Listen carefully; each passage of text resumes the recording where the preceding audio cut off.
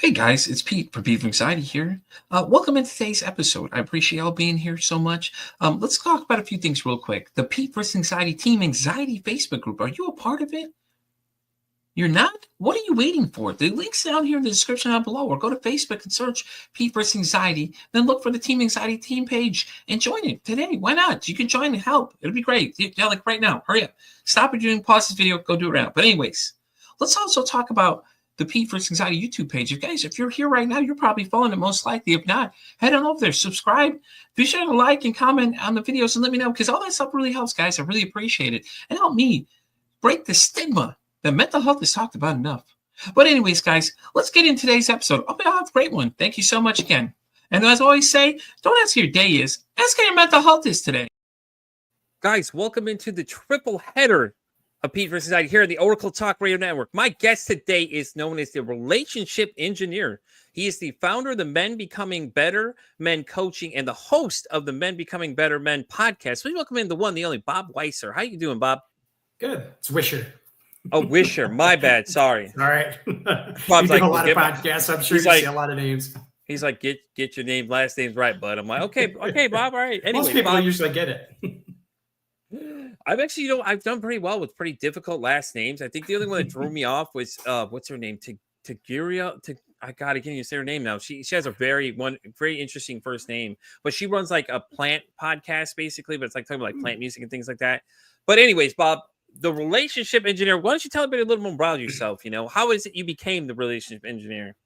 Well, I spent a lot of time in the automotive industry. I live in the Detroit area, so I work with engineers all the time. And as I uncovered the strengths and gifts that I have, a lot of it in coaching was around relationships. So my biggest place I like to work is with men.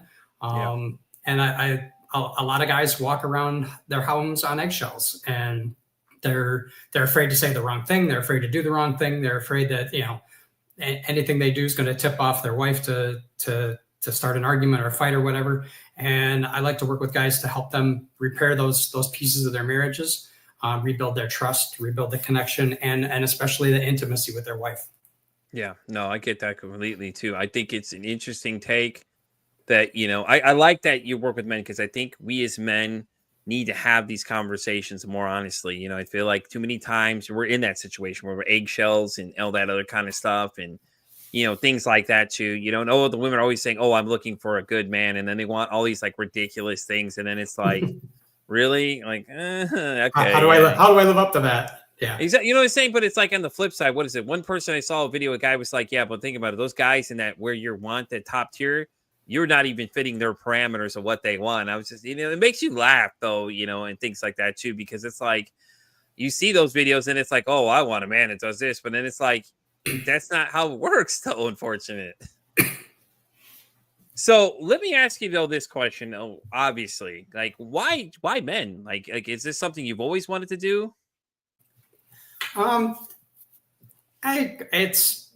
It was a path that I got onto, and a path that I started rolling down. And I do work with women a little bit as well. So but primarily, at least up to this point, it's been primarily with guys. Again, just because it's what I know, right? I'm a guy, so it all hit. A lot of it hits home with me because I went through a long 20-year marriage first time around, and I learned a lot of things that I did wrong. Not that it was all 100% my fault, obviously, but a good portion of it was.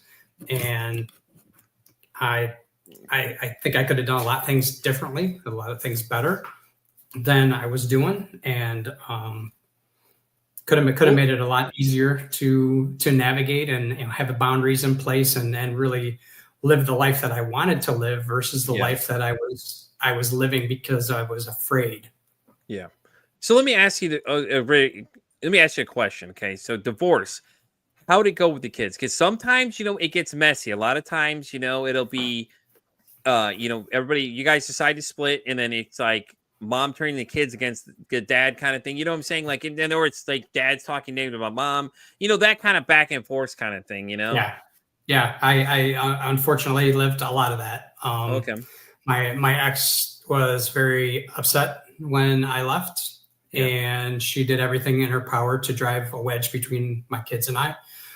They were my daughter was about out of high. Well, she was graduating high school at the time. Yeah. My son was a couple of years behind, so it wasn't too long of a period of time, but a lot of damage was done in that first year or so while we were going through the process. And I learned very quickly, thankfully from a very good friend, to not talk, no, not air my issues with my ex to my kids. And unfortunately, she was doing that on the other side, which obviously I can't control. So obviously, I just had to deal with. But doing that though did help me in the aftermath to rebuild those relationships with my kids. Get back and show them who the real me was, and not the me that she was telling them I was. And it's worked out to this point fairly well. I mean, they're off doing their own thing now. They're both excelling in life and doing That's the thing. awesome. There's really other than I don't get to see them as much as I'd like to, because they both live at least 45 an hour away. So but yeah, it's it is difficult, and so biggest advice for people is don't get in the mud. Beat me to the punch, because I was about to ask you that right there. Yeah, don't sling the mud. Don't throw the if she wants to throw the mud, let her, because if you just throw it back, that's just fueling her to want to do more. If you just let it go and let her wear herself out, and eventually it'll stop and go away, and you can move on with your life. Yeah, and a lot of guys get in that situation. Like myself, I'm in that same situation. My kids and I don't have a great relationship, but a lot of it's my own fault though. Like the things, like I avoided getting my mental health figured out way too long, because when we split up, their mom disappeared for a while, and then they were staying with me. So I'm left raising 3 young ladies. I don't, obviously I'm a guy, I don't know a lot, and it's like I've got into some interesting situations. And then when mom reappeared, it was mom telling them that I'm such a bad person and these and that, all these things, and turning them against me kind of thing. So we don't have a great relationship right now, but I mean, it's one of those things I'm still just kind of holding out for, to see if we could, eventually repair it, but I mean, it's rough. You want the most important piece of advice that you will ever receive from anyone ever? Yes, sir. Lay it on me. So, the little girls, how they are. Mm-hmm. So when they're growing up, what ages are they now? They're 13, and 16. Okay, so there should be beyond that. So rewind to back when they were somewhere between 4 or 5 and 8 or 9. What did they love to do? Probably had Disney princesses everywhere, right? Yeah. Okay. Yeah, you're right. Yeah, Disney princesses, Barbies. Yeah, what were they into? They were in some really one of them. The other one is the other stuff, but yeah. And they would play dress up, right? Mm-hmm. Little girls like to dress up as princesses, wear the high heels, and carry the wand around, right? That's what they all want all the time, forever. They always want to be seen as that princess. Yeah. Now I have an issue because of an old relationship of calling. I never called my daughter princess. Yeah. I refused to, because I called an ex-girlfriend princess way back when, and it was a disaster. So I will never call a woman princess ever, especially even my daughter. I would not put that on her, but I will treat her in my actions, my reactions, my presence with her. Yeah. Treat her like a princess. See her, hear her, and understand her. And the other most important part, that's individually. You need to do that with each of your daughters. And then for you, the hard part is each of them independently. Second most important thing I learned during my divorce was when my kids, again, they were in their late teens at that point. They came to me and said, "Dad, we appreciate you wanting to take us out to dinner or get together with us and see us, whatever, but we don't want to do it together because we have to share you. And there's things we want to tell you. There's things we want to talk to you about. There's one-on-one dad time that we need for ourselves. And when we do a meal with the 3 of us, we're competing for your attention." And it is very hard as that person competing. You're always like, back and forth. It's like a tennis match, right? You're trying to pay attention to both of them, but you're at the end of that meal, you're actually paid attention to neither of them. That neither one of them got what they wanted because your attention was divided. Yeah. So being able to focus on them, hearing them, seeing them, and understanding them individually and separately, best advice I ever got, and that's what's helped me repair those relationships with both of them is keeping them when it's just us one-on-one, focusing attention on them, paying attention to them, not being on my phone or being distracted in some other way. Just, how are you doing? What do you need? Where can I be there for you? And that cures a lot of the stuff that happened in the past. I mean, because you're asking them directly the questions like, what do I need to do to be more present in your life, kind of thing? What can I do? And I don't think a lot of people ask them that, though. Like, they don't go just ask them because there's like, oh, they're just a kid. They do know, and you valuing their opinion, it really helps too, though. Most painful thing my daughter ever said to me was, "Dad, you don't know me." Yeah. Got me boom right in the chest. I had to fix that. I had to fix that right away. No, I agree. I agree totally with that one because, especially when they say that to you, it hurts, man. Words hurt, though, especially when it comes to that kind of thing, especially kids. It's like, then they're like, well, you don't know me. It's like, you're my daughter. What do you mean I don't know you? A lot of people will be like, what do you mean? No, that doesn't make sense to me, and things like that too, but so let me ask you this question though. After your divorce, how long was it before you started getting into coaching? Like what inspired you to do it? What was that one moment in your life you're like, you know what? I got to help these guys. They need help. Yeah. It was the rock bottom moment that I hit. I was, I was 2 years after my divorce. Yeah.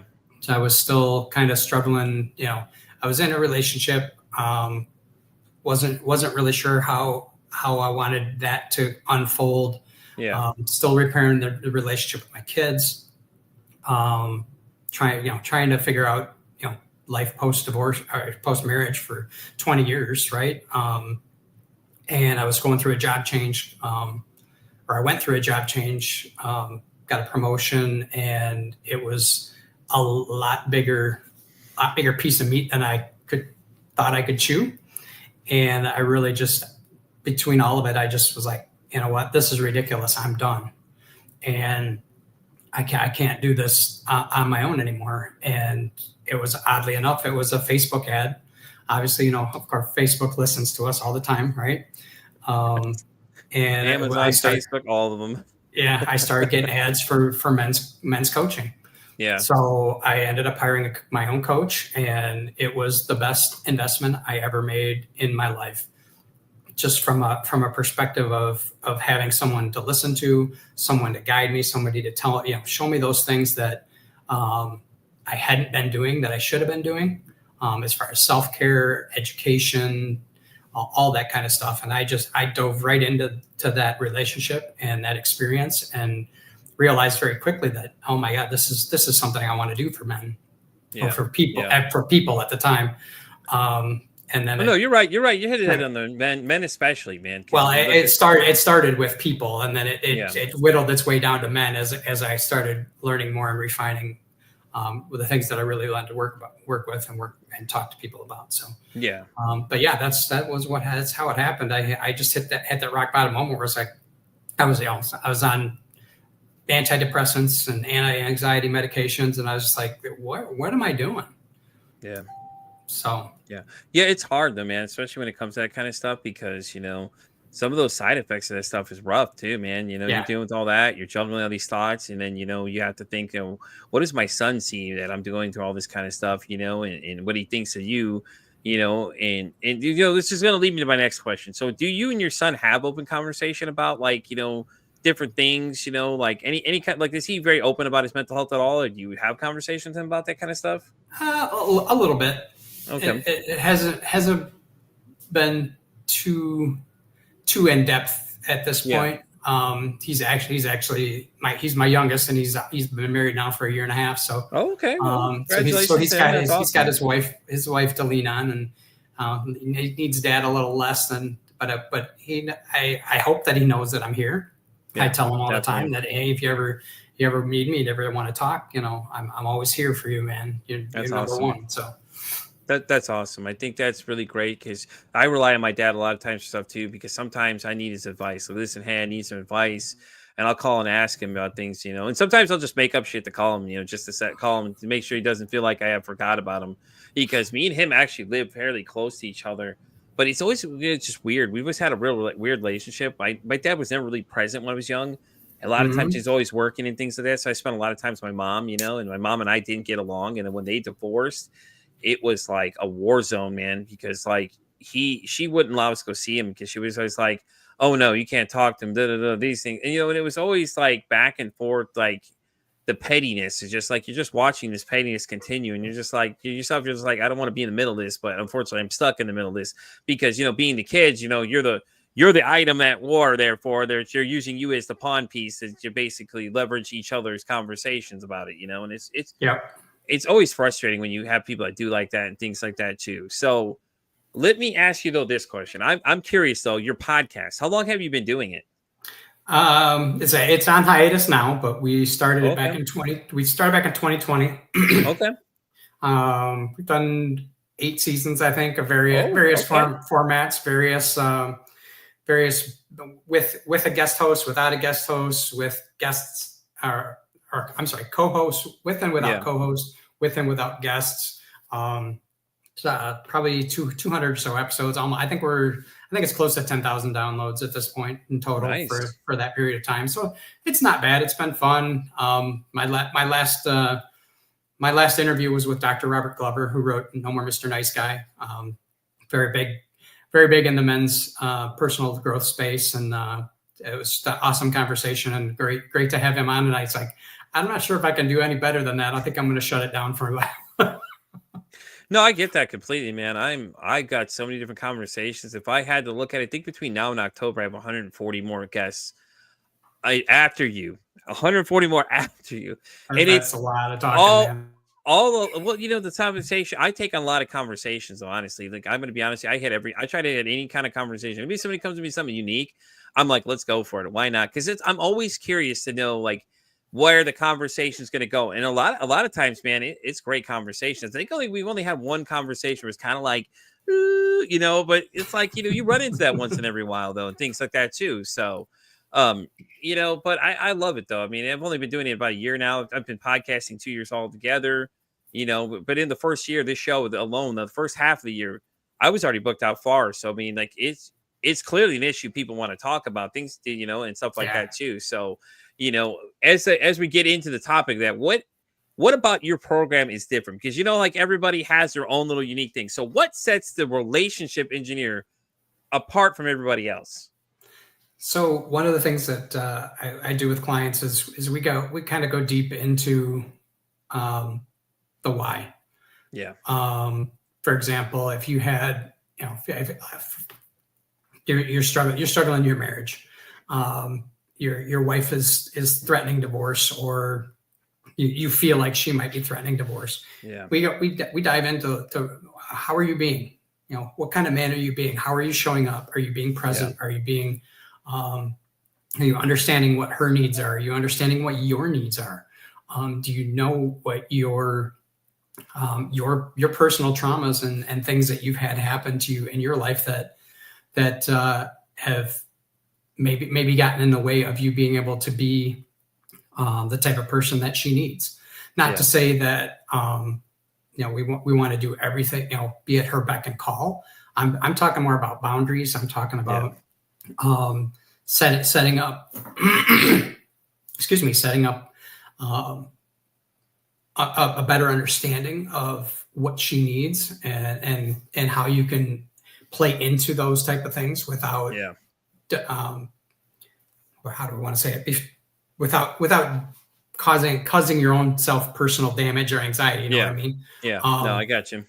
For example, my current client is he was struggling. He had known about what love languages were when we started, but didn't really understand how to use them. And it ended up he was trying to put onto his wife his language and not giving her her language. So Yeah. they were going opposite directions for, you know, over a decade, and wondering why they weren't able to connect. And now that we got him back on track, he's connecting with her, she's connecting with him, and you know, everything's starting to turn. So that and just being able to be, you know, kind of go deep into your own thoughts and trying to understand, you know, maybe where those came from. That's another big key portion of the program. Yeah. So my next question though, like here's what I'm thinking though. It's like, okay, so they're having the conflicts. What's the number one conflict a lot of couples have that you see though? Like just based on the people that you've met with, what is like the number one thing that keeps showing up that you're like, come on, guys, like at this point, it's like it's obviously the top problem that you're seeing for people that are having. Is it always miscommunication? Always. I was done through my communication. Like, it's always lack of communication or not communicating in the right way. It's you know, making assumptions of, oh, she thinks this or she thinks that or whatever, assuming the other person is thinking one way when it could be completely fabricated. You know, isn't that so funny though? Think about it. We communicate. It's like we pick up the phone, we call people, but we can't communicate with our own partner. Why do you feel like that's the biggest issue for us? Is it because, you know, we're afraid to hear the answer we don't want to hear? It's a fear. No, it's a fear of disconnecting further to where you permanently disconnect. Yeah. You know, that fear of being alone, fear, you know, any shame type of situations that can bubble up from your childhood. Maybe you were exposed to pornography at a very early age and you know, have our hypersexuality type of thing, and you want to have it all the time, and your wife doesn't want to have it, but to be able to have that conversation and have her rebuke you to say, well, no, I only want, you know, I'm good with only having sex like once a month, and but you need it every other day, and you know, that's going to cause a big problem. But to be able to talk about those things and understand each other, you know, maybe you separate, maybe you don't, but understanding all of where she's at now, or all of where he's at, is better than assuming and making things up to make yourself miserable. Well, you know, because if you think about it, sex is a taboo topic for a lot of people. Like, absolutely. They get upset, instantly get enraged, and like, oh, that's all you're thinking about. No, I'm trying to talk to you about this, you know. And a lot of times I feel like when you get into conversations like that, it's just a constant, let's see who can jab at the other person harder type thing. And I think people need to stop doing that. It doesn't make any sense. It's like, if you're asking you a question, it's because they generally want to know, hey, listen, is this, you know, what am I missing here? Or, you know, something like, you know what I mean? Like you're trying to get answers, but I feel like a lot of times it turns into who can piss off the other person more kind of thing. And it's like, you're taking jabs at this one. And it's like, guys, that's not what we're trying to do here. We're trying to get the conversation going about having an actual healthy conversation about our personal problems to figure out where we can meet in a middle ground somewhere, you know, and things like that too. Absolutely. Absolutely. So let's go on the topic of a good man. Okay. You know, all these women say, oh, I'm looking for a good man. What's your best advice for a woman looking for the quote unquote proverbial good man? Oh, easy one. He's got to be into personal growth. Yeah. And by that, I mean demonstrated personal growth. I tell women this all the time. If you're, especially the women in the dating pool, if you connect on the app or however you connect, as you're having those conversations, ask those questions. What are you doing for personal growth? And see what he says. Is he attending a men's? Does he have a group of men that he can go to and count on to vent his problems to? Not not use drugs or alcohol or porn or anything else. Is he is he educating himself? If we're not learning, we're the yin and yang of personal growth, right? Is if you're not learning, you're doing the opposite, or you're dying. So basically, if we're not learning, we're dying. Yeah. So if he's not doing that, you're going backwards. And then I lost my third. I had a third point there somewhere, but you get the gist. No, I got you. I mean, it's always funny because you always see these videos of people going, "Oh, well, I'm looking for this. I want all these things.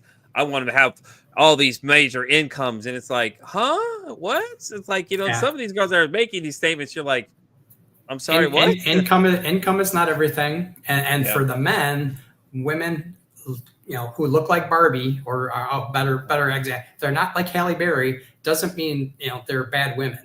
Women can have curves. They can have some extra pounds. They can maybe not be as totally as attractive as tell them in the back, Bob. I don't think I hear you loud enough back there. I think it's ridiculous. That's a problem. It is. I've heard so many guys tell me how lonely they are and how frustrating they are with the dating pool. But then you ask them, well, what kind of woman are you looking for? Well, she's got to be 36, 24, 36, and have a PhD and like you're looking for a unicorn, brother. You know what I'm saying though, because it's the same thing that most of these women posting those videos too. They're like unrealistic expectations, and it's like, huh? Like you're listening, and you're like, wait, what did you just say? Oh, they got to have all these, and you're like, okay, yeah, like, can we come back down, Peter Pan? We're on a fantasy island here. Let's come back down to some reality here. Yeah. And, it's the dating pool, man. God, dude, I remember that. God, it was horrible. Yeah. Meeting people. There's no better example than meeting people and having honest conversations about what you are, who you are, what makes you tick. That's the important part. She could be completely opposite of your vision, your visual vision of a woman, but she could have everything else to the perfect 100% of what you're looking for. But you're discounting her because she doesn't look good. It's just stupid. Bob, I love that already, man. The way because I think that's the thing. A lot of people, I think that's what a lot of these social media sites, these younger kids are seeing that. It's like, oh, there's always this perfect 10, but the perfect 10 isn't always a perfect package. A lot of times, guys, like sometimes they can't even hold a conversation. To me, that was the big thing to me. It's like, okay, you can be pretty, but can you have an actual conversation? Because if you can't talk to me, then I don't know what to tell you there. That's it for me. Yeah, you're basically making a choice to make yourself miserable because you're unwilling to be flexible. Right, exactly. And it's so funny because you see all these. Social media, I just think it's just poisonous to a lot of people. I think that a lot of these younger kids are seeing these things and think this is what they should think. These young gentlemen out there, are looking at this going, oh, well, I need to do this because this is what so-and-so, or that Andrew Tate guy that was on there for a little bit, him selling all those crazy things. Oh, you need to do this or do that. The one recently, though, I've been watching was the guy in Joe Rogan who said he's doing some kind of hard drug or something. This dude is just like talking about the craziest things possible. I'm teaching these young men how to do these. And it's like, what the hell are you like? Joe's looking at him like, huh? What are you talking about, man? It's like, dude, what the hell? And it's just hilarious though. But at the same time, it's like these younger kids are seeing these things.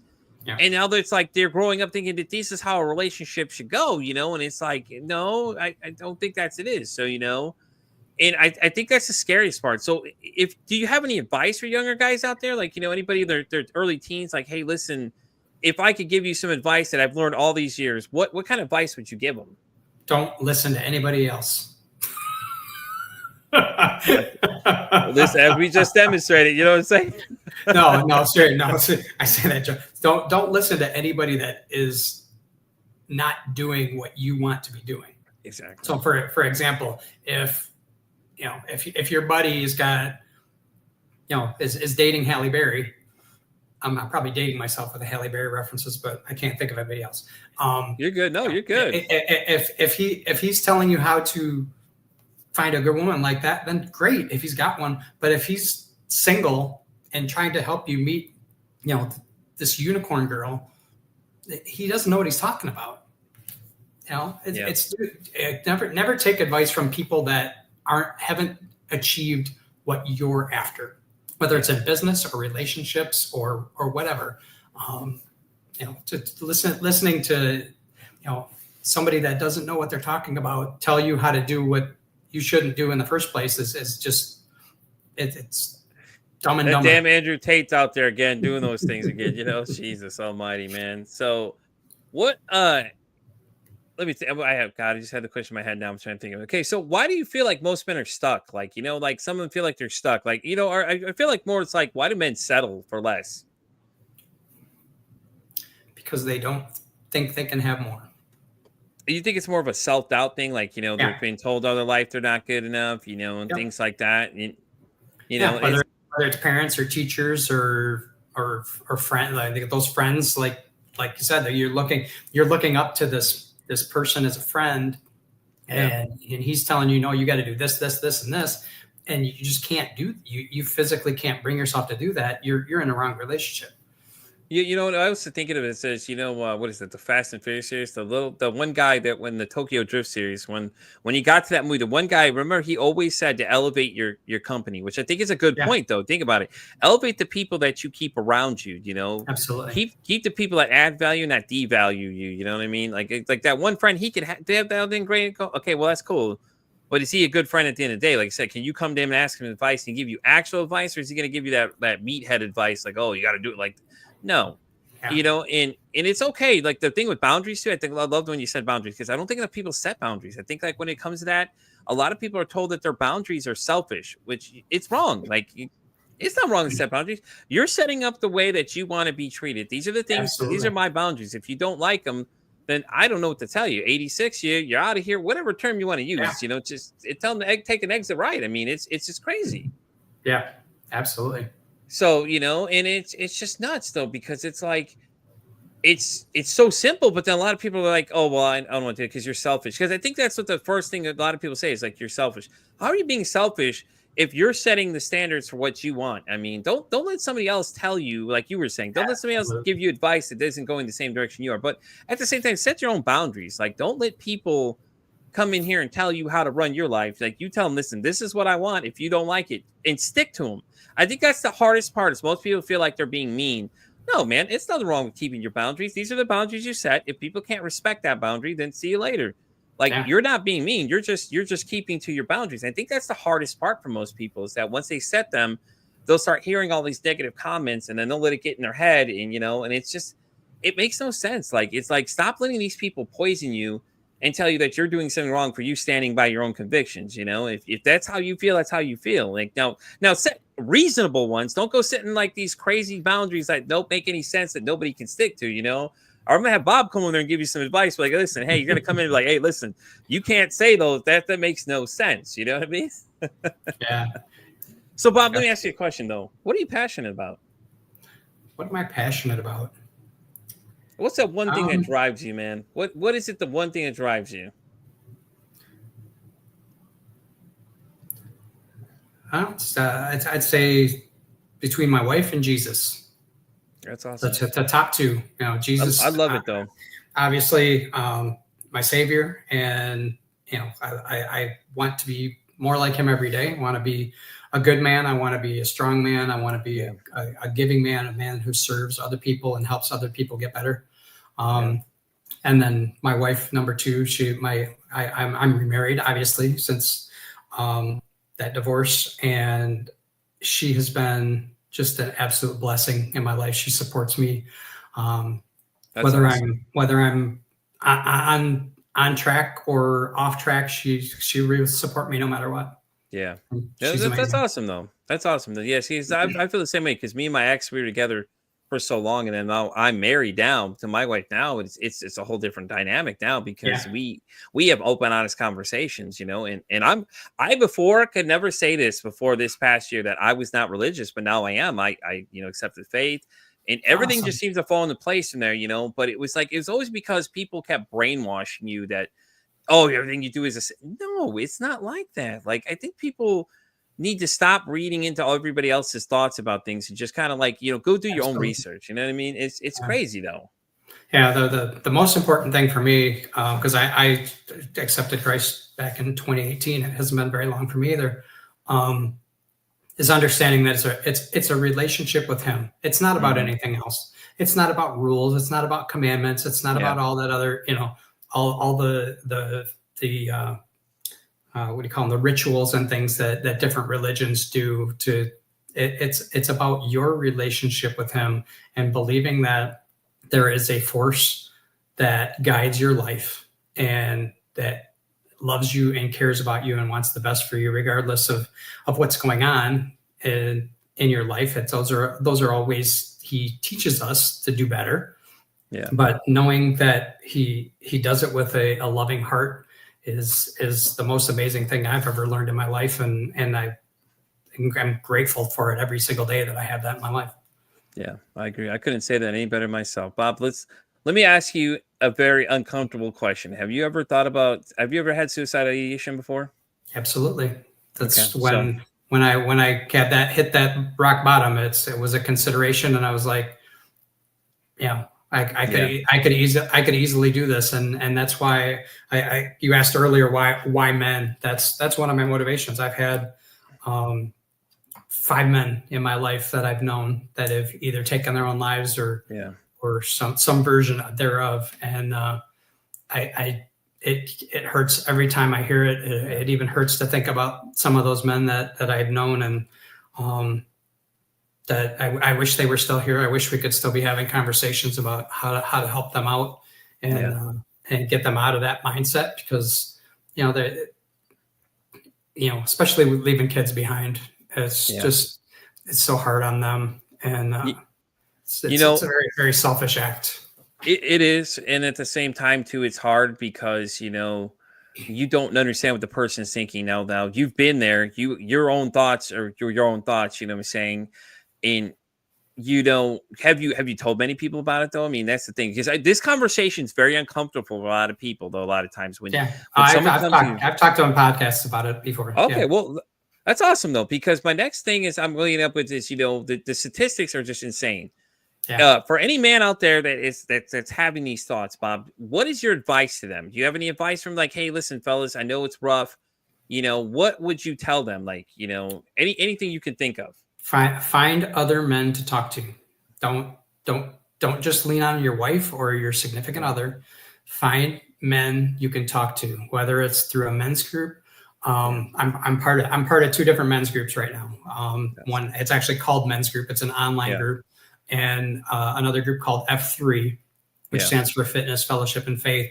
It's mostly about workouts, free workouts for men, but we also have a fellowship and a brotherhood within that group. That any one of those guys right now, if I felt that need that I needed to get something off my chest, I have guys that I can go to and talk to right now, and just to be able to clear my head and get it off my chest, and not let it eat me up from the inside. Yeah, I love that.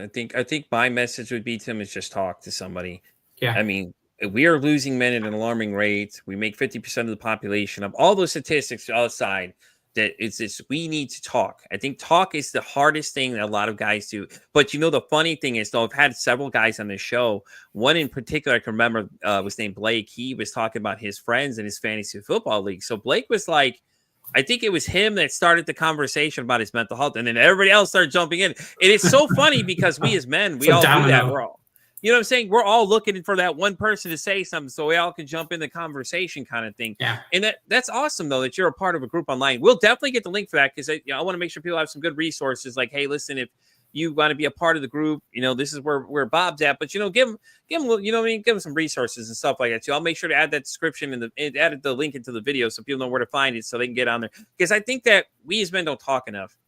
I think it's time that we start talking more, because at the rate that we're going, it's like, if you think about it, there's 5 friends in a group, 3 of them aren't going to be there, and suicide is going to be the reason, unfortunately. And it's like, and the scary statistic is that women talk more than men do, and it's crazy though, because like, when someone takes their life, then you always hear, oh well, I could have done more. But the funny thing is, is that several guests I've talked to, they said the situation was that they called that one person and was trying to talk to them, that, hey, listen, call me if you ever need anything, person, we all got You that weren't one there person. for them.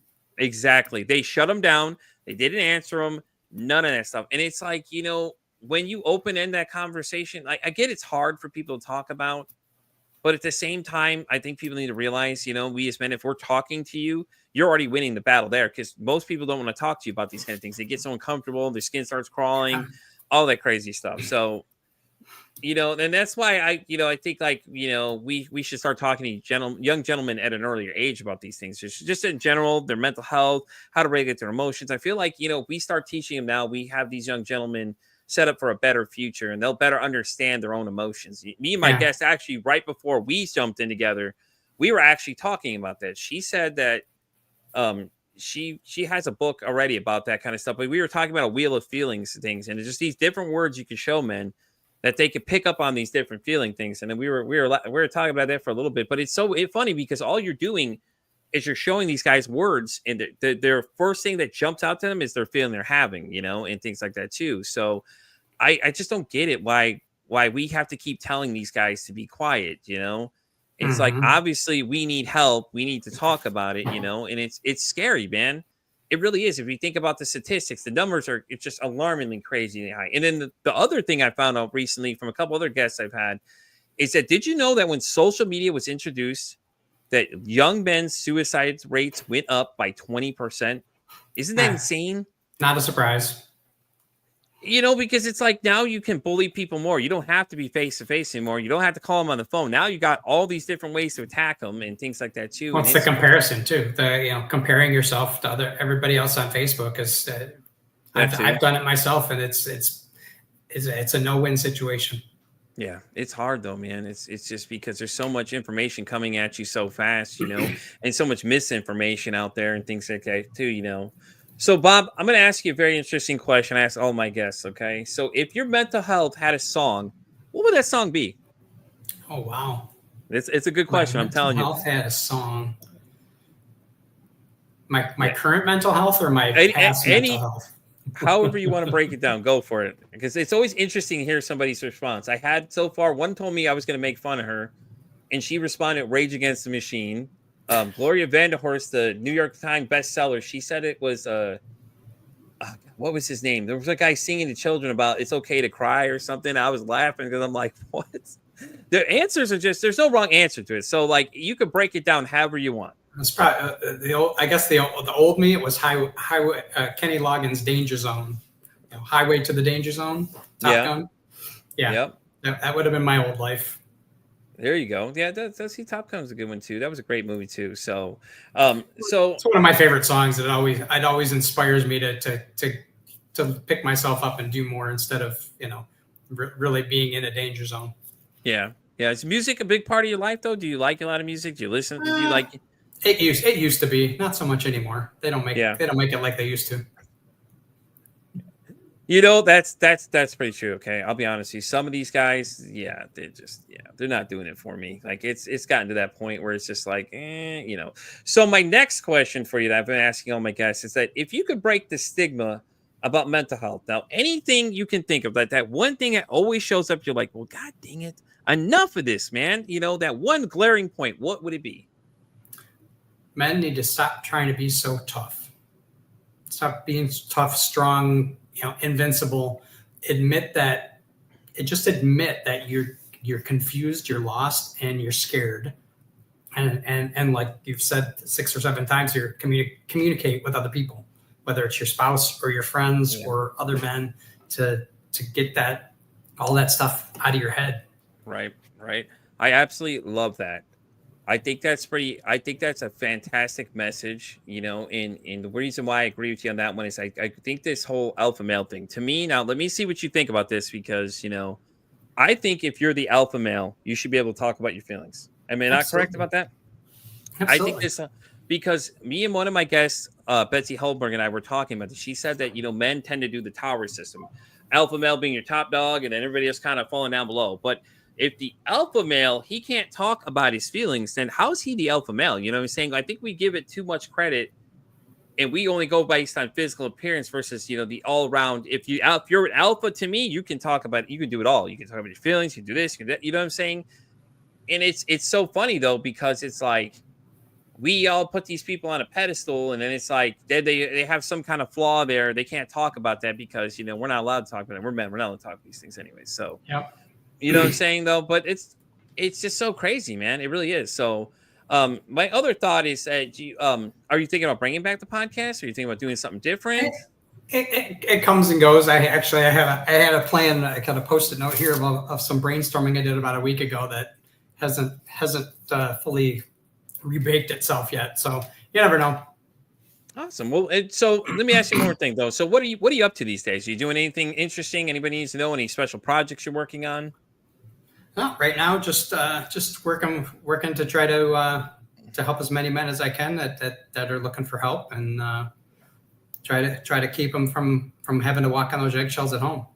Exactly. Well, Bob, as we get ready to start wrapping up this episode of Pete vs. Anxiety, Do you want to let everybody know where they can find you? Say, listen, some fellas at home are listening, like, hey, listen, I want to reach out to Bob. I like what he's talking about. What is the best way to reach Bob?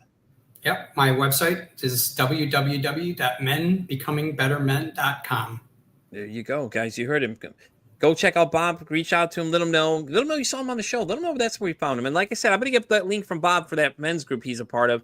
And we're going to put it down below in case some of you fellas, you need to get out and jump into these groups and get some support. Ain't nothing wrong with having a support system in place. Bob is the first one to tell you. I'm sure I agree with you too. Is if you don't have that friend you can call and rely on, that it's just kind of pointless. But Bob, thank you so much for coming to talk to me, and I appreciate it. It was a great time. I enjoyed having you here and everything like that. Do you have anything else you want to give a shout out to anybody before we sign off? I'm all set. Thanks, Pete. Bob Appreciate being here. It was fun. Not a problem, guys. And I'm Pete for Anxiety. You know where to find me. I'm X all the way down to TikTok. I'm on Spotify all the way down to iHeartRadio. And as I always say, it costs nothing, absolutely nothing to be kind to somebody. One kind act you can do can save someone's life, or hell, you can make their day. I'm Pete for Anxiety signing off saying, don't ask how your day is today. Say, hey,